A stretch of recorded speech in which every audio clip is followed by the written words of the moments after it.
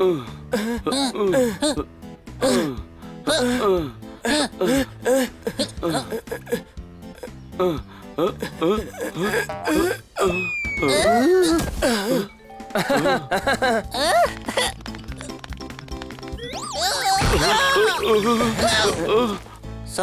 Balance പെട്ടെന്ന് പോയി. ഞാൻ ഒരിക്കൽ കൂടി ചെയ്യാം. എല്ലാ ബാലൻസും തലക്കകത്ത് പോയി കിടക്കുകയാണ്.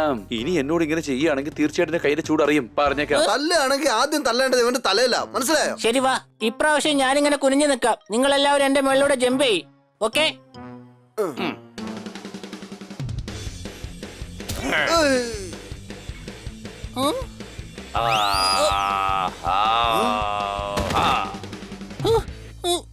ചേട്ടായി, അന്യർക്ക് ഇതിനകത്ത് പ്രവേശനം ഇല്ല. അത് തന്നെയാണ് എനിക്കും പറയേണ്ടത്. ഇവിടെ അന്യർക്ക് പ്രവേശനമില്ല. കാരണം ഇത് ഞങ്ങളുടെ ഏരിയ. മനസ്സിലായോ നിനക്ക്? ഇത് ഡോഗുകളുടെ സ്ഥലമാ, അല്ലാതെ പൂച്ചകളുടെ അല്ല. ഓടിക്കോ ഇവിടെ. അങ്ങനെയൊന്നും ഓടാൻ പറ്റില്ല. നീ പറഞ്ഞത് ശരി തന്നെയാ കൊച്ചളിയ. അങ്ങനെയൊന്നും ഓടാൻ പറ്റില്ല. വിസിൽ അടിക്കുന്നത് വരെ ഓടാനേ പാടില്ല. ഓടിയാ ഫൗളാവും. അതുകൊണ്ട് ആദ്യം നീ വിസിൽ അടിക്കേ. വിസിൽ അടിക്കണമല്ലേ? നിന്റെയൊക്കെ പണി തീർക്കാനുള്ള വിസിൽ ഞാൻ ഇപ്പൊ തന്നെ അടിച്ചേക്കാം.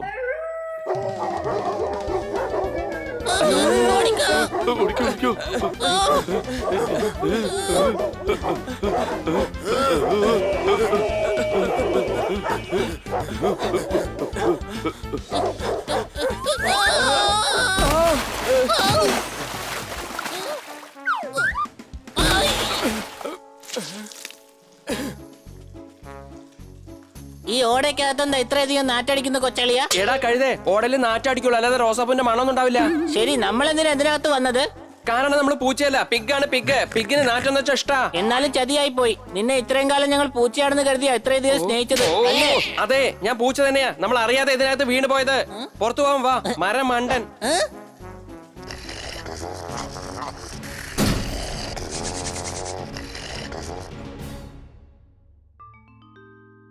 എന്റെ ചേട്ടായി, പൊന്നു ചേട്ടായി, ഒന്ന് തുറക്ക്. ഞങ്ങൾ മാപ്പ് ചോദിക്കാം.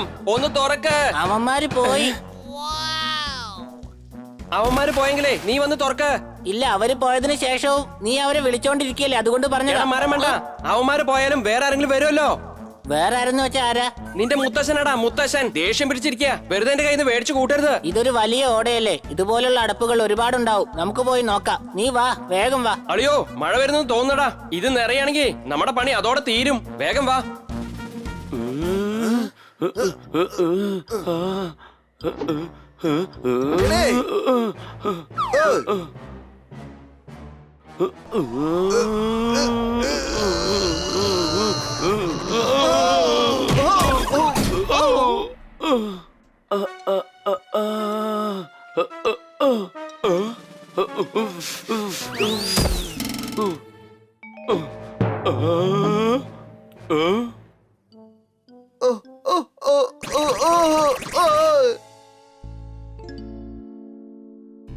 അടിച്ചു പൊളിച്ചു തിമിർത്തു. നീ എന്തായാലും ഈ അടപ്പ് തുറന്നല്ലോ. നമുക്ക് വേഗം താഴേക്ക് പോയിട്ട് അവരെ ഉടൻ തന്നെ മുകളിലേക്ക് കൊണ്ടുവരാം. നരകത്തിൽ പോലും ഇത്രയും നാറ്റമില്ലെന്നാ പറയുന്നത്.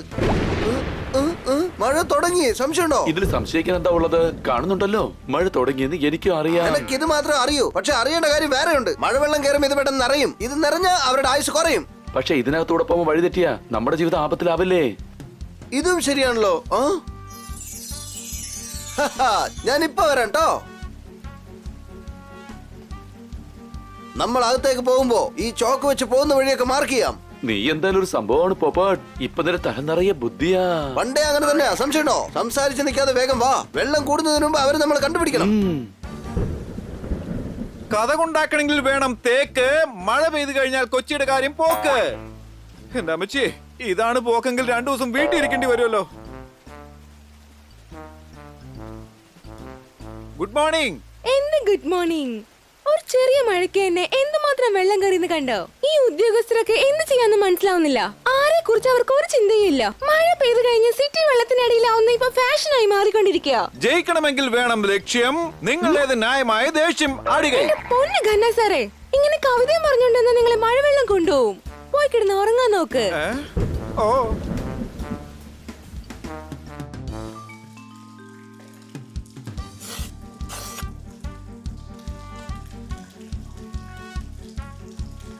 ഓ, ഓ, ഇതിനകത്തുള്ള വെള്ളം എന്ത് നാറ്റാ. ഓടയ്ക്കകത്ത് പിന്നെന്താ മിനറൽ വാട്ടർ ഓടുമെന്ന് വിചാരിച്ചോ?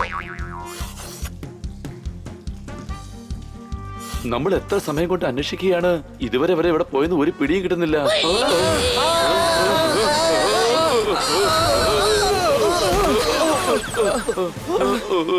ഹണി ബണിയെ കണ്ടെത്തി. അടിച്ചു പൊളിച്ചു തിമിർത്തു, അവസാനം നമ്മളെല്ലാവരും ഒന്നിച്ചു. നിങ്ങൾ ഇപ്പോഴാ ഒന്നിച്ചത്, ഞങ്ങള് രണ്ടുപേരും നേരത്തെ ഒന്നിച്ചതല്ലേ? ശരി, നമുക്ക് പുറത്തു പോകാം. പുറത്തു പോവാൻ ചെറിയൊരു പ്രശ്നമുണ്ട്. ഇട്ട് വെച്ച മാർക്കൊക്കെ വെള്ളത്തിൽ പോയി. ഇത് വലിയൊരു പ്രശ്നമേ അല്ല. ചോക്കുണ്ടല്ലോ, നമുക്ക് വീണ്ടും മാർക്കിട്ട് പുറത്തേക്ക് പോവാവുന്നല്ലേ ഉള്ളൂ.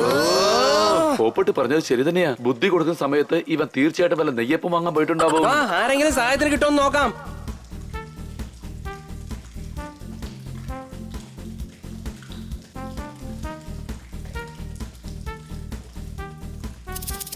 ആരെങ്കിലും ഉണ്ടോ ചേട്ടാ? ആരെങ്കിലും ഉണ്ടോ? ആരും ഉണ്ടാവില്ല.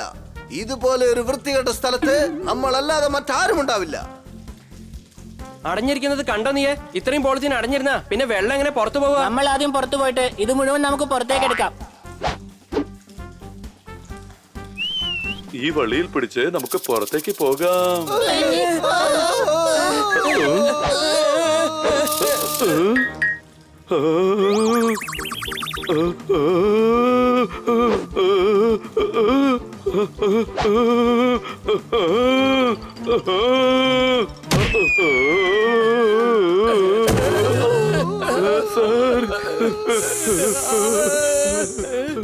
ഞാൻ സാറല്ല, മാഡമാണ്. മാഡം, അതിന്റെ അർത്ഥം ഞാനൊരു പെൺ സർപ്പമാണ്. മനസ്സിലായോ? ഞങ്ങൾക്ക് പുറത്തു പോകാനുള്ള വഴി കാണിച്ചു തരണം മാഡം, പ്ലീസ്. എപ്പോഴാണ് വന്നത് ഈ സ്ഥലത്തേക്ക്? ഇന്നെത്തിയേ ഉള്ളൂ. ഞാൻ 3 വർഷമായി ഇവിടെ തന്നെയാണ്.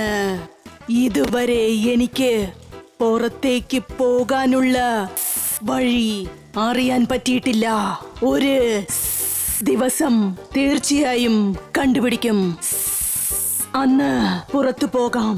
ഇപ്പോൾ നമുക്ക് ഹൈഡ് ആൻഡ് സീക്ക് ഗെയിം കളിക്കാം. എന്റെ അമ്മച്ചി, 2 മണിക്കൂറായിട്ട് ഞങ്ങൾ അത് തന്നെ കളിച്ചോണ്ടിരിക്കുന്നേ. കളിക്കാൻ കുഞ്ഞാളിയാ, വേണമെങ്കിൽ ദിവസം വന്ന് നമുക്ക് ഇവിടെ കളിക്കാന്നേ. നല്ല രസമായിരിക്കും, ഇവർക്ക് സന്തോഷാവുമല്ലോ. ദേ നോക്ക്, എന്റെ കൂടെ കളിച്ചാൽ നിങ്ങൾക്ക് ഒരു പ്രശ്നവും ഉണ്ടാവുകയില്ല. അതല്ലാതെ നിങ്ങൾ എന്നോട് പറ്റില്ല നിങ്ങാനും പറഞ്ഞാൽ ശരി ശരി, കളിക്കാം. നമ്മൾ കളിച്ചേ മതിയാവും, മനസ്സിലായോ? ആദ്യം നീ കണ്ണടച്ചിട്ട് 10 വരെ എണ്ണ്. 1 2 3. എവിടെ പോയി എല്ലാവരും? ഇവിടെ തന്നെ ഞാൻ കാത്തിരിക്കുകയാണ്. എല്ലാരെയും എല്ലായിടത്തും കറങ്ങിയിട്ട് അവസാനം ഇവിടെ തന്നെ വരും. എന്തായാലും നമ്മുടെ സമയം കൊള്ളാം. അല്ലായിരുന്നെങ്കിലേ അത് നമ്മൾ തിന്നേനെ. ആ പാമ്പിന് കൈയും കാലും ഇല്ല, പിന്നെ എങ്ങനെ പാചകം ചെയ്യും? പാചകം ചെയ്താലല്ലേ തിന്നാൻ പറ്റൂ. എന്താ ശരിയല്ലേ കൊച്ചളിയ?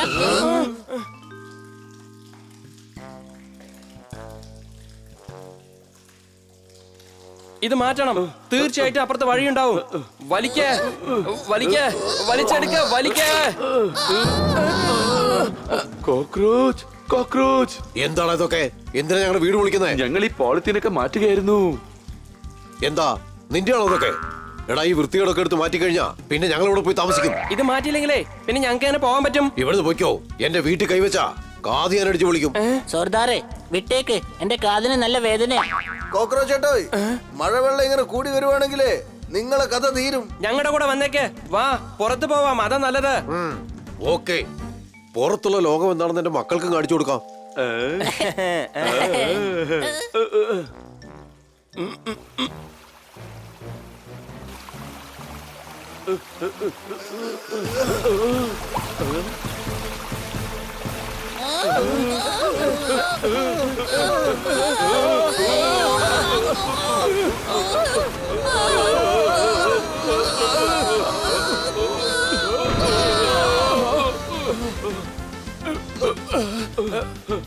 കൊച്ചളിയ, എനിക്കറിയില്ലായിരുന്നു ഓടയ്ക്കകത്ത് സമുദ്രം ഉണ്ടല്ലേ.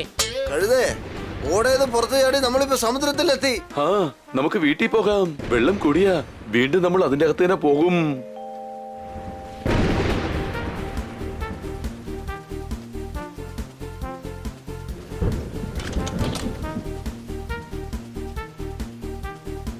ഇന്നലത്തെ ചോറ് ഇന്ന് പഴങ്കഞ്ഞിയായി. നിറഞ്ഞു നിന്ന വെള്ളം മുഴുവൻ താഴേക്കും പോയി. അടികൈ. ഓഹോ, ഇത് അങ്ങ് പറഞ്ഞ കവിതയ്ക്കല്ല. ഡ്രെയിനേജ് സിസ്റ്റം ശരിയായതിന് അവര് കൈയടിക്കുന്നത്. അങ്ങയും കൂടെ ഒന്ന് കൈയടിക്ക്. കൊള്ളാം. ഇനി എന്തായാലും ഈ വർഷം ഒരു പ്രശ്നവുമില്ല. ഇതൊക്കെ ചെയ്തതാരാണ്?